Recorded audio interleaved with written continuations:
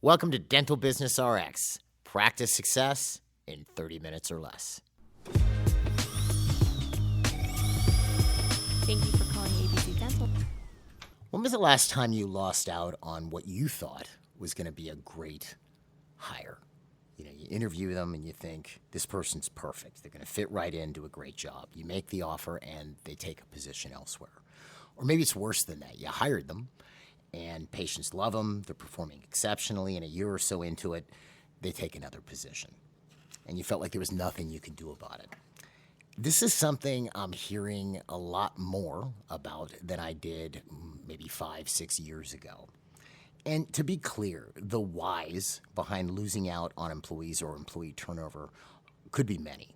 But there is one thing, one big issue that I've heard about from multiple sources within and outside of MGE, at least anecdotally for the past year or so, that was just confirmed by the ADA Health Policy Institute. It's something pretty basic and potentially fixable, and that's what I want to talk about in this week's episode.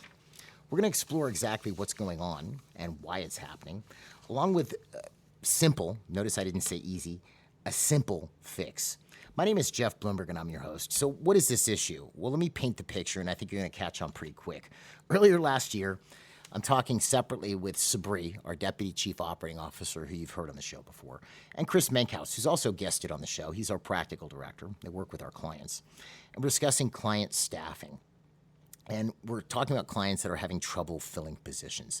And one of the issues they bring up is how much these clients are paying. They're not paying enough.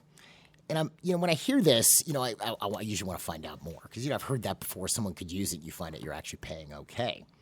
So then they showed me, and man, were they right. I mean, normally they're not going to assert something unless they really know what they're talking about. But it was really, really interesting. There were several instances of underpaying. And then I'd heard it from a few other sources as well over the next few months. So, my radar's up on this.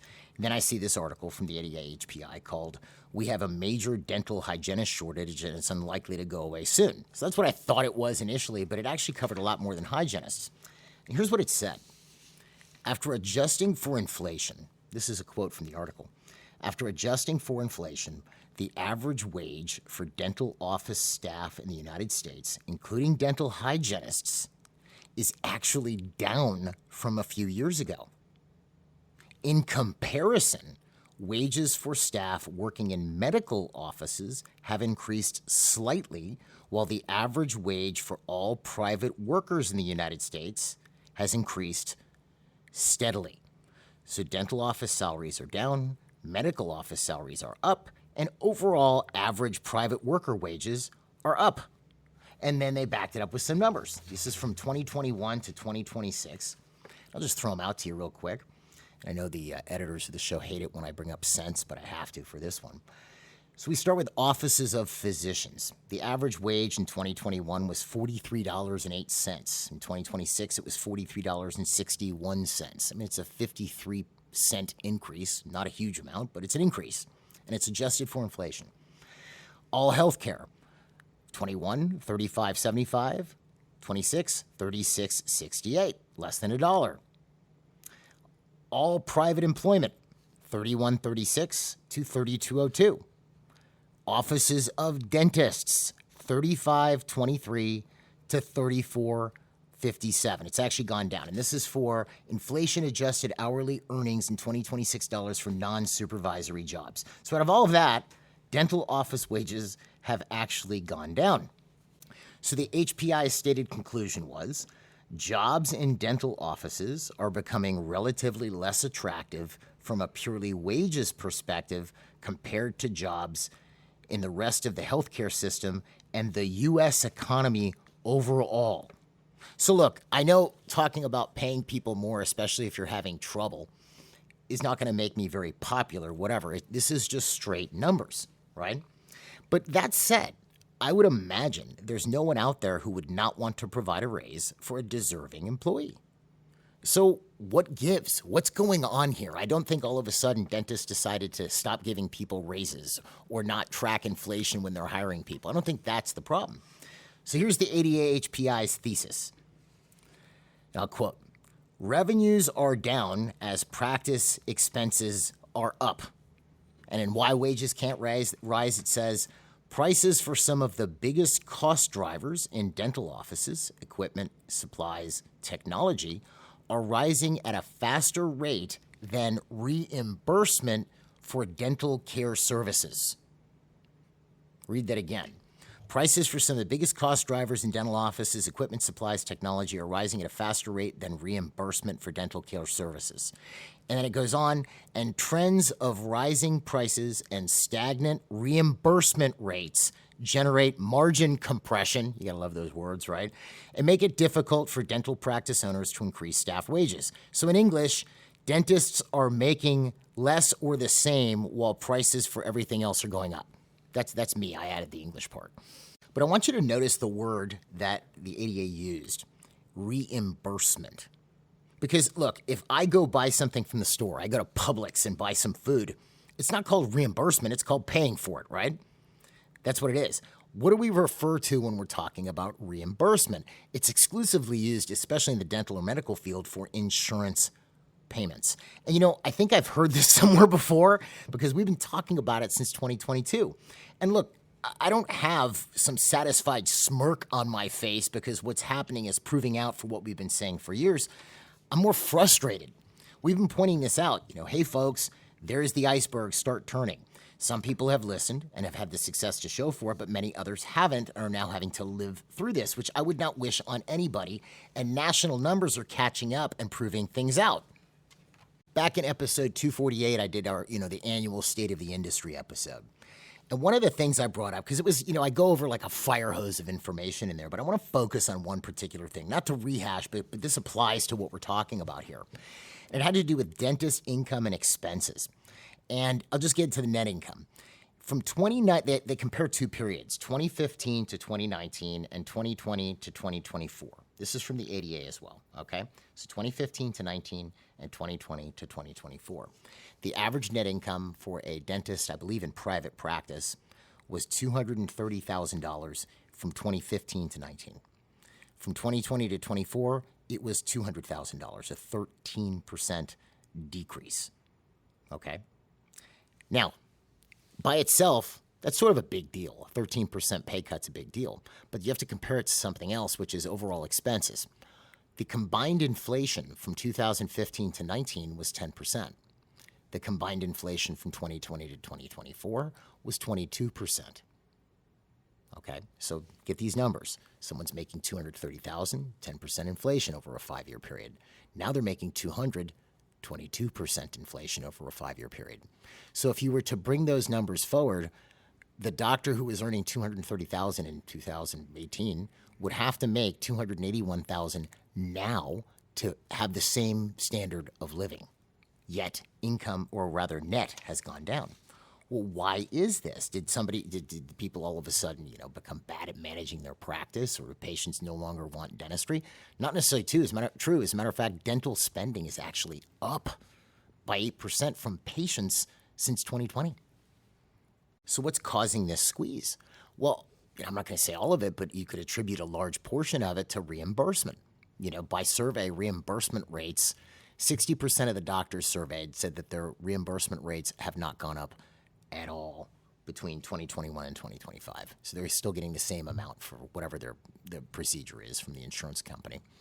25% reported that reimbursements have gone down, and 7% said they went up, which is about how we expected it to play out when you think about it.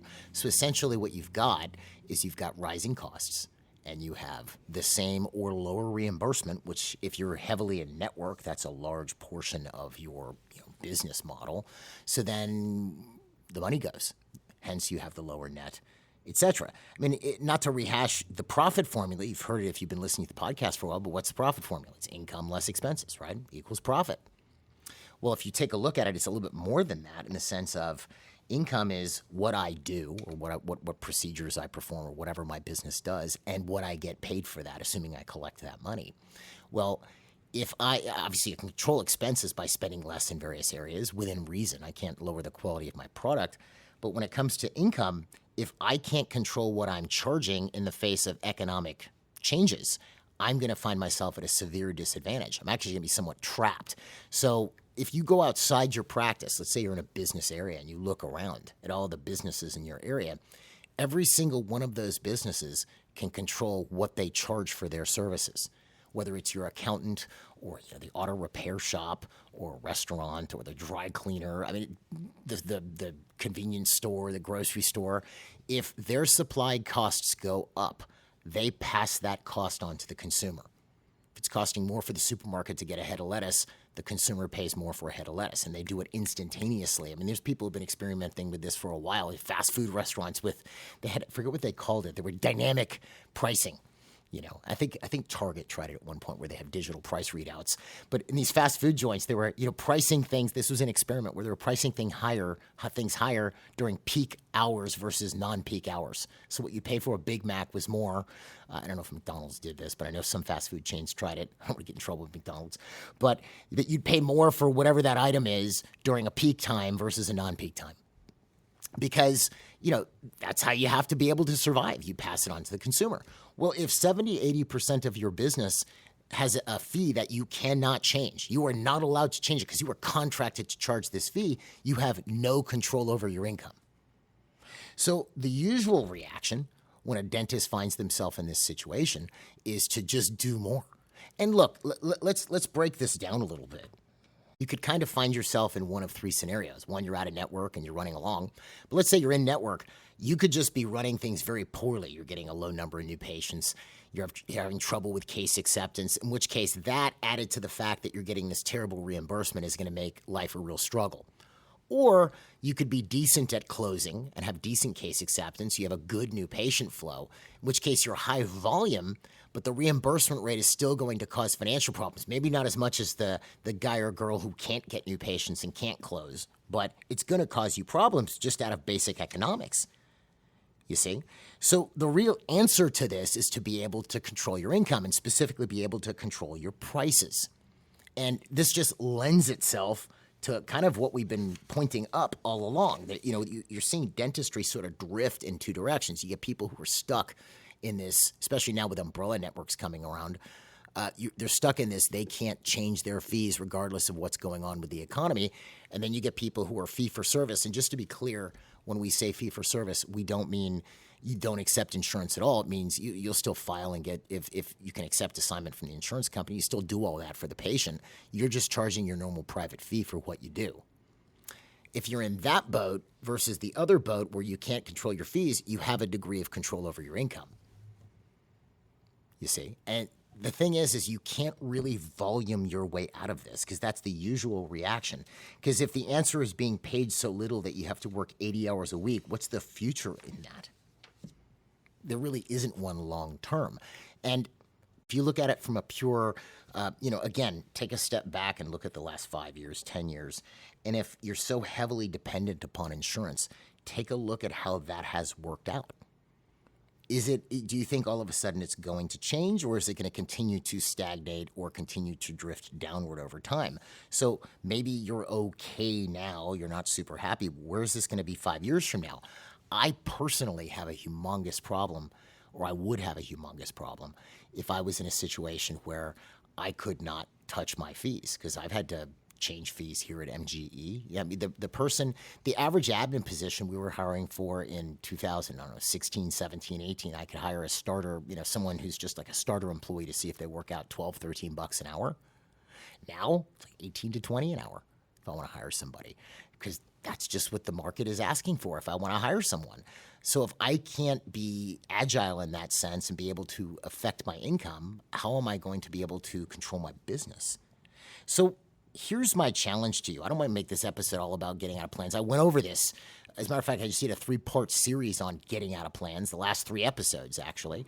But here's my challenge to you. Rather than just saying get out of plans, here's my challenge to you. I want you to take a few minutes, maybe sit down with someone, your spouse, your significant other, a close friend. You could do it by yourself, or you could call us if you like. And I want you to really envision the type of practice you would like to have and how your life would look like if you had it. And I don't want you to go, that would never work. Just really sit down and envision, what would this look like? Not the reasons why it's not going to work, but what would this look like? How should this look? Then I want you to compare it to what you have. and give yourself an honest assessment as to what has to change. Like, it's time to confront reality, regardless of how difficult or even impossible you might think it might be. Because I'll tell you, it's not. Okay? It's not. And if this includes moving your practice to fee-for-service, which I'd put money on, then so be it. Like I said, there's numerous things that you want to do. Obviously, our whole business model is not getting people out of plans. It's just something that's sort of risen to the forefront or risen to the top here, especially over the last 3 to 5 years, because economically it no longer makes any sense. If you're going to get out of network, well, then you have to have excellent customer service. You have to be able to present treatment effectively and get patients to accept. You have to know how to market your business, because there is a degree of security. It's like a little bit of a security blanket that these plans provide. It does. You're at least getting something. Yes, they have you on starvation rations, but you feel like you're getting something versus nothing. If you're not going to be dependent upon insurance companies, well, then you have to be able to fend for yourself. It's doable. It's actually a heck of a lot easier than you'd think.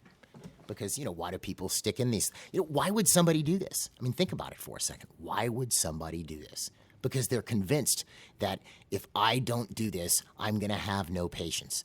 I mean, I could blow that argument up in 5 minutes because I can point to many doctors who are out and have tons of patients. That isn't the point. But there's at least that you've been conditioned to think that this is the way it is and there's nothing you can do.